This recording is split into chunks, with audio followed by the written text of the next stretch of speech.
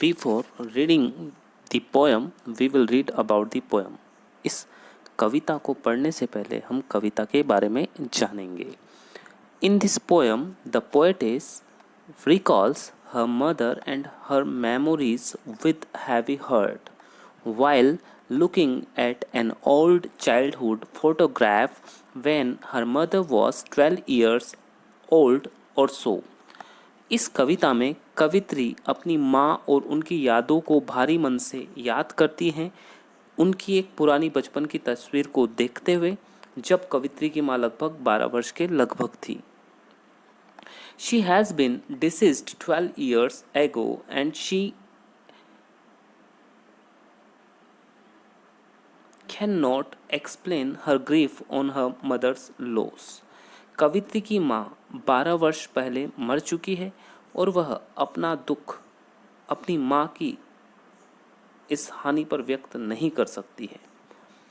This poem is a tribute to her mother.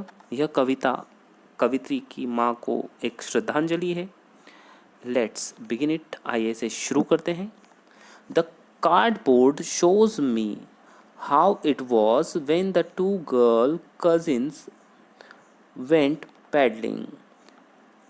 Cardboard वाली तस्वीर मुझे दिखाती है कि यह कैसा था जब दोनों चचेरी लड़कियां समुद्र तट पर पानी पर छप छप करने गई. Each one holding one of my mother's hands. दोनों ही मेरी माँ के हाथों को थामे हुए थी. And she the big girl. और वही उनमें बड़ी लड़की थी. सम 12 years और सो. कुछ 12 वर्ष के लगभग. All three stood still to smile through their hair at the uncle with the camera. तीनों ही हवा में उड़ते हुए बालों के माध्यम से मुस्कुराते हुए स्थिर अवस्था में खड़ी थी, अंकल की ओर मुंह करके जो कैमरा लिए हुए थे. A sweet face, my mother's, that was before I was born. मेरी माँ का चेहरा बहुत ही प्यारा था मेरे पैदा होने से पहले. And the sea, which appears to have changed less, washed their terribly transient feet.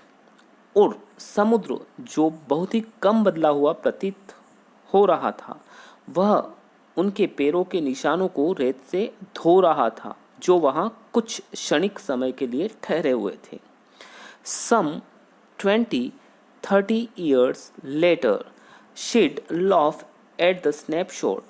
कुछ 20-30 साल बाद, यानी कि कवित्री की माँ की 32 या 42 वर्ष की उम्र में, वह उस तस्वीर पर हंसती थी. See Betty and Dolly, she'd say, and look how they dressed us for the beach. बेटी और डोली को देखो, वह कहती, और देखो हमें समुद्र तट की सैर के लिए कैसे तैयार किया गया था. The C holiday was her past, mine is her laughter. समुद्र तट पर बिताई गई छुट्टियां उनका अतीत था और उनकी हंसी मेरा अतीत.